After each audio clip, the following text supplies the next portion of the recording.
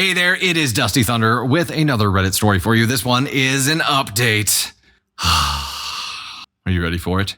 This is an update to I found my wife's secret Google account and I'm sick to my stomach. All right, update, July 7th, 2024. I'm pretty sure I accidentally got my original post removed just now because I tried to update it with a link to my update. Oops. Anyway, I'm the guy who found the Google Drive full of pictures of my ex. So, yes. Found a Google Drive full of pictures of the ex, and his current partner was trying to pretend to be his ex, like dressing the same hairstyles, was stalking her and trying to emulate her, basically. I was not expecting my original post to go viral on YouTube and TikTok, and I have many responses. I am overwhelmed by the support. I am humbled by the number of people who have been through this experience on both sides. Wait, there's a lot of people who go through this? I have an update, but it's probably not as exciting and as juicy as you want. It's not bad, though. First, let me clear things up. If people think this post is fake because it doesn't make sense, or are trying to conceive timeline is short, or the way I worded things makes it look like a teenager or woman wrote it, continue to think that because it means I've successfully been vague enough and worded things to not accidentally dox myself. Believe this is a creative writing exercise so I don't embarrass myself, for real. No, I didn't actually throw up. I was in the middle of a panic attack. Private browsing tabs were open to the websites with clothing and objects. Another tab was signed in to Google Photos. When I exited the Google Photo tab to look at the websites with clothing and came back, it was already signed out and I couldn't get back in. A lot of the clothing I recognized wasn't because I remembered my ex wearing them. They were the most recent pictures of her in the file wearing them. And then I remembered the day Bailey bought the water bottle. That also happened to be in the folder. The hair. Bailey and my ex are the same race, and my ex wore braids in a particular way. Not so particular that it's exclusive to my ex, because Bailey has also worn different braids, but seeing pictures of her made me put the two and two together. Is there any way Bailey could have gotten with me in an attempt to get to my ex? Was Bailey possibly obsessed with my ex before she met me? Probably not, because Bailey grew up here and my ex originally moved here for university. And while you can drive across the border, it's not that easy, and I don't think Bailey was going back and forth to stalk her in person. Also, the reasons why my ex and I broke up have nothing to do with Bailey, and she could not have had any involvement. On to the actual update. The next day when I had calmed down, I called several social workers and therapists. I was planning to confront her there. Unfortunately, the only places that take our insurance did not have an opening for another couple of weeks. So despite what a lot of you think, I've known my wife for nearly a decade, and even while I was confused and upset and doubting things, I don't think she'd be a danger to me. We took the baby to grandma's and I asked her to go for a walk with me.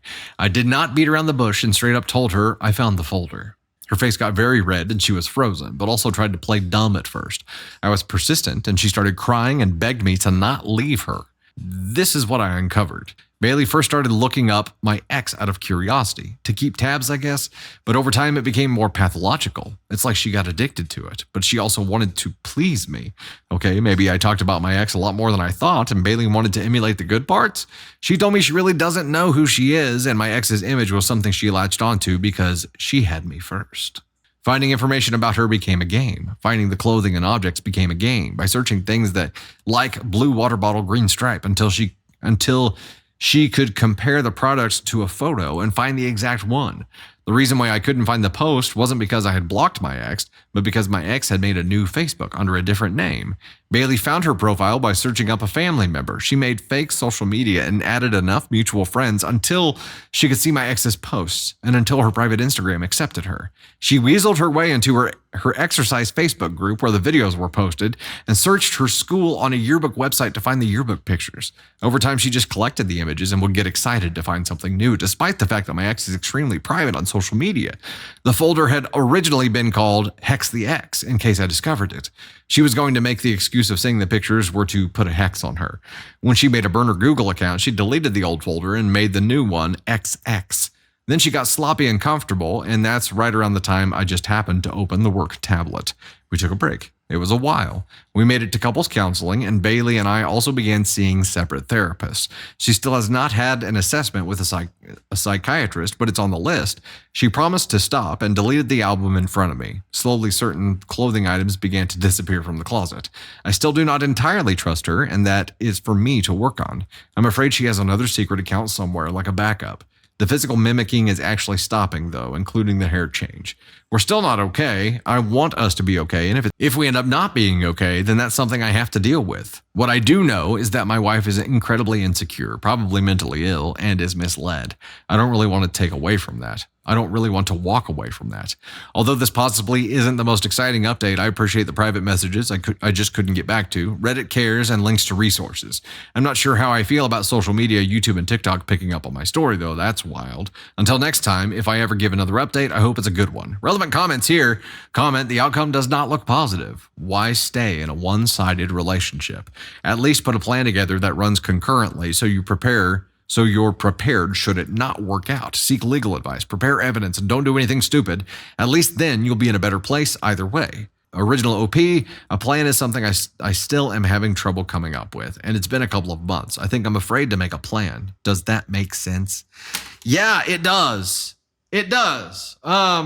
It does make sense being afraid to make plans because a plan indicates some kind of intent, right? And intent is kind of closing the door on things or willing something into existence. Maybe that's what OP is afraid of here, but it's definitely an unhealthy.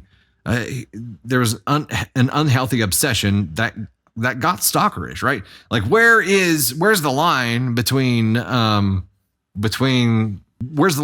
fascination and stalking? Where's the line between like a healthy obsession and an unhealthy obsession? Where is that line?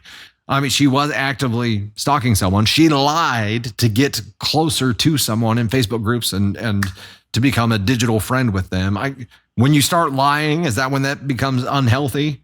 I understand her reasoning in the beginning, saying that she wanted to do it. She was just curiosity and whatever. In the beginning, it probably was innocent, but then wanting to please him by looking more like her. There's two sides of it. Like that's part of it. And I think her excuse of saying, I wanted to please you, maybe that was the original intent besides just being curious, but it became an unhealthy obsession where it was not about anything that had to do with OP here. It became more about her infatuation with this person and the game of getting close to someone and how close can she get and how much can she deceive. That's a dangerous and unhealthy game that you probably need to talk to somebody about. That's dangerous. Candy Thunder says, it was never innocent for me. I think it stemmed from debilitating insecurities and took on a life of its own. Yeah. I can see that. I can definitely see that. I mean, curiosity, like I would never have the curiosity to go, see what all of Candy Thunder's exes look like from previous life. I don't care. And I don't think that she would do that with mine either. So it was insecurity that fueled this whole thing. And the fact that her insecurity led her to this dangerous, unhealthy place is a huge red flag that I think she should be taking very seriously and really trying to work on this. And maybe now that she's been exposed, like she's caught, she seems to have some real remorse here. And he is kind of the opposite of all the other OPs that we've talked about tonight. Where all the other OPs like have slammed doors and said, no contact forever, we're done in life. He has not created any kind of barrier here. He's left it wide open and he's just crossing his fingers and hoping things get better. There has to be some kind of boundary set up though. There has to be some kind of structure here. And yes, you don't have to plan for a worst case scenario. It would be smart to have a plan for everything, hope for the best, plan for the worst, or a plan for everything here. You got to be prepared. You have to have some kind of momentum. You have to have some kind of guidelines here because right now you're just kind of in purgatory. Right now you're just kind of floating. Like you can't just stay stagnant here. This is not a healthy place to stay stagnant. You have to be moving. What direction do you want to move in? Okay, make that your plan. Move that direction.